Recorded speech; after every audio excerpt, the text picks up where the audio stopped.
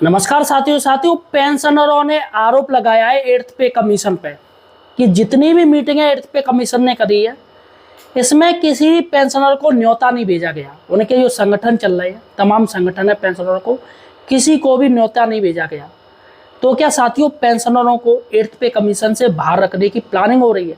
यह साथियों, और मैं आपको बताऊंगा कि तमाम पेंशनरों ने प्रधानमंत्री मोदी जी को खत लिखा है, पत्र भेजे हैं, और ये जो पेंशन का व्यापक हड़ताल की बात हो रही है, पेंशनरों ने कहा है कि हमारी मांगे अगर नहीं मांगी गई, एट्थ पे कमीशन के सामने नहीं रखी गई तो हम व्यापक हड़ताल करेंगे जिसमें लाखों पेंशनर शामिल होंगे।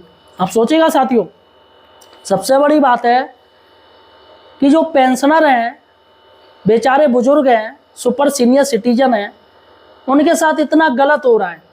और साथियों मैं अपने चैनल पे हमेशा पेंशनरों की आवाज़ उठाता हूँ, चाहे वो EPS 95 से जुड़े हों, चाहे वो बैंक पेंशनर हो जो MC सिंगला केस से जुड़े हैं, बेचारे परेशान है, बैंक पेंशन रिवीजन को लेके परेशान है, 7.5 लाख से ज़्यादा है। और चाहे साथियों तमाम केंद्रीय कर्मचारी रह चुके हैं वो पेंशनर, और आर्मी से रिटायर पेंशनर और उनके फैमिली पेंशन, मैं सभी के मुद्दे साथियों अपने चैनल पर उठाता हूँ और आपकी आवाज़ बनता हूँ। वैसे भी साथियों आज के समय में सरकार सोशल मीडिया पे बहुत ज़्यादा नज़र रख रही है। सोशल मीडिया पे ही सरकारें बन रही हैं, बिगड़ रही हैं। पश्चिम बंगाल इलेक्शन का पूरा कैंपेन सोशल मीडिया पे चला, देखिएगा किस तरीके से BJP ने सरकार बना ली। सरकार जान चुकी है कि सोशल मीडिया पे अगर कोई आवाज़ है तो उसको दबाया जाए या उसको सॉल्व किया जाए। चूँकि साथियों पेंशनर हैं, सरकारी कर्मचारी रह चुके हैं, तो सरकार इनकी आवाज़ को दबा नहीं सकती है, इसलिए इसको मामले को सुलझाना पड़ेगा। साथियों आज मैं आपको बात करने जा रहा हूं पेंशनरों की।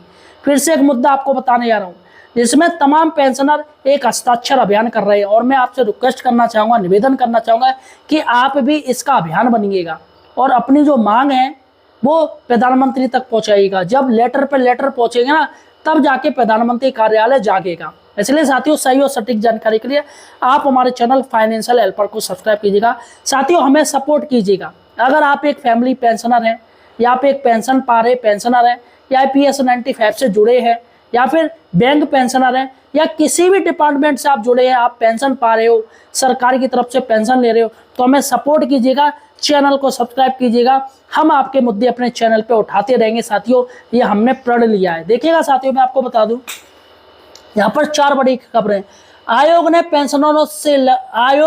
पेंशनरों ने लगाई गुहार, तो पेंशनर अब आयोग गुहार लगा रहे हैं। 18 जिलों में 20,000 पेंशनरों ने लिखा PM मोदी को पत्र। यहाँ साथियों वो कौन कौन से जिले हैं मैं आपको नाम बताऊंगा, कौन कौन से जिले हैं। हर जिले से 1,000 पत्र भेजने का लक्ष्य रखा गया है, तो टारगेट लॉक कर दिया, 1,000 पत्र आपके जिले से जाने चाहिए। और चौथी बड़ी बात है एट्थ पे कमीशन में पेंशनरों की मांगों को लेकर शामिल करने की मांग। तो पेंशनर की सुनवाई क्यों नहीं हो रही है? सबसे बड़ी बात है साथियों, देखिएगा एक न्यूज है, न्यूज में आपको बताने जा रहा हूँ। ये है उत्तर प्रदेश प्रयागराज, आयोग में पेंशन का मुद्दा शामिल करने को गुहार। देखिएगा साइड से न्यूज चल रही है। 8वें वेतन आयोग के कार्य क्षेत्र में पेंशन संबंधी सभी मुद्दों को शामिल करने की मांग को लेकर प्रदेश के हजारों पेंशनरों ने प्रधानमंत्री कार्यालय यानी PMO का दरवाजा खटखटाया है। तो सेवानिवृत्त कर्मचारी एवं पेंशनर एसोसिएशन उत्तर प्रदेश की अगुवाई में चलाए जा रहे विशेष अभियान के तहत प्रदेश के प्रत्येक जिले से 1,000 पेंशनरों के हस्ताक्षर युक्त मांग पत्र PMO को भेजे जा रहे हैं। तो यहाँ पर साथियों, यहाँ पर आयोग में पेंशनरों के तमाम मुद्दे शामिल किए जाए। तो भैया गलत क्या है? पेंशनर को भैया फेंक थोड़ी दो गया, देश सेवा करिए।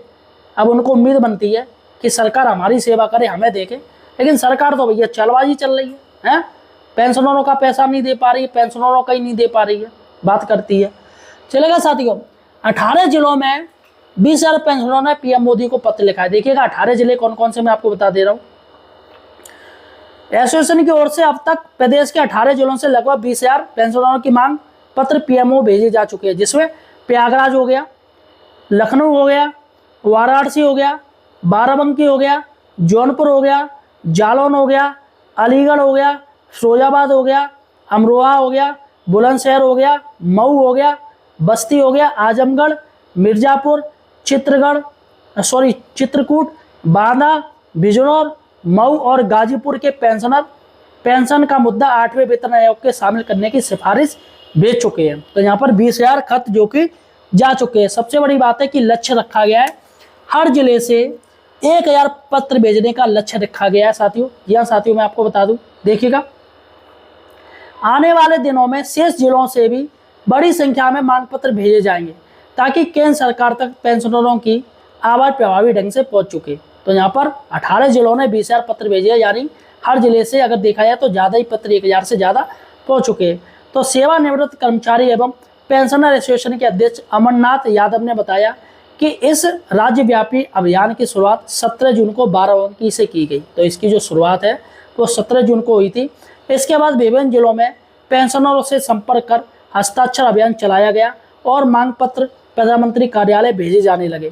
तय हुआ था कि हर जिले से 1,000 पेंशनर पेंशन का मुद्दा 8वें वेतन आयोग की सिफारिश में शामिल करने का मांग पत्र भेजेंगे। अध्यक्ष ने स्पष्ट किया है कि यह अभियान केवल मांग पत्र भेजने तक सीमित नहीं रहेगा।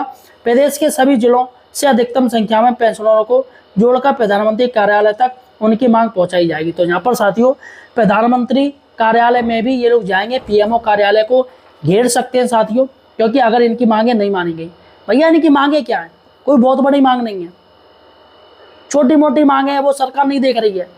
सबसे बड़ी बात है साथियों डीए डीआर की जो गणना है वो साथ साथ क्यों करती है।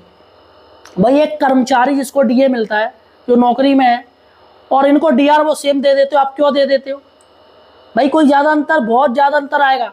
इसलिए मैं चाहता हूँ कि इनकी डीए डीआर की गणना अलग अलग की जाए।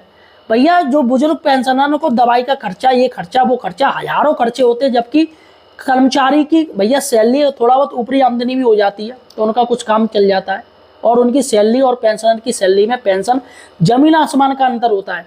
तो डीए डीआर की गणना अलग होनी चाहिए।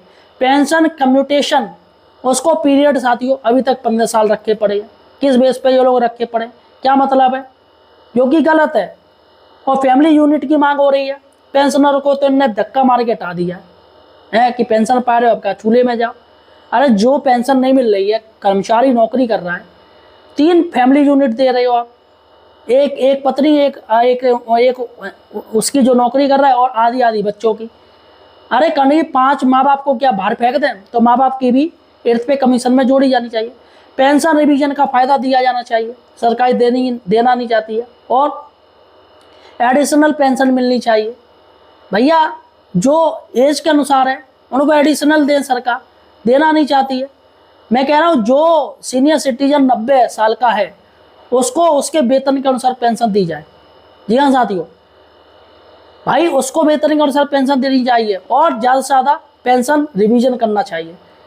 अब ये देते 10 साल में 8th पे कमीशन लागू करते, क्या मतलब 10 साल पेंशनर हो भैया 10 साल जी लेगा? आज के समय में कहाँ जी पाते हैं इतना ज़्यादा। सरकार 10 साल का नियम करे पड़ी है, और खुद के भत्ते फौरन बढ़ा लेती है। तमाम अलाउंस है इनको बढ़ाने चाहिए, मिलने चाहिए, सरकार दे नहीं रही है। और 8th पे कमीशन का जो टाइम ड्यूरेशन है वो पेंशनर, मैं कह रहा हूँ चलो एटलीस्ट सरकारी कर्मचारियों के लिए आप 10 साल रखिएगा, लेकिन पेंशनरों के लिए ये ड्यूरेशन 5 साल रखनी चाहिए। 8th पे कमीशन सिर्फ पेंशनरों के लिए ही कार्य करे, एक ऐसा अलग से चाहे ब्रांच बनाई जाए, चाहे कुछ भी किया जाए।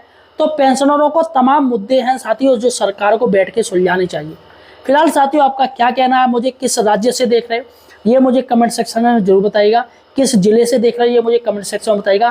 क्या आप भी ये जो पत्र भेजे जा रहे हैं, क्या आप भी इनकी मांग से जुड़ना चाहते हो?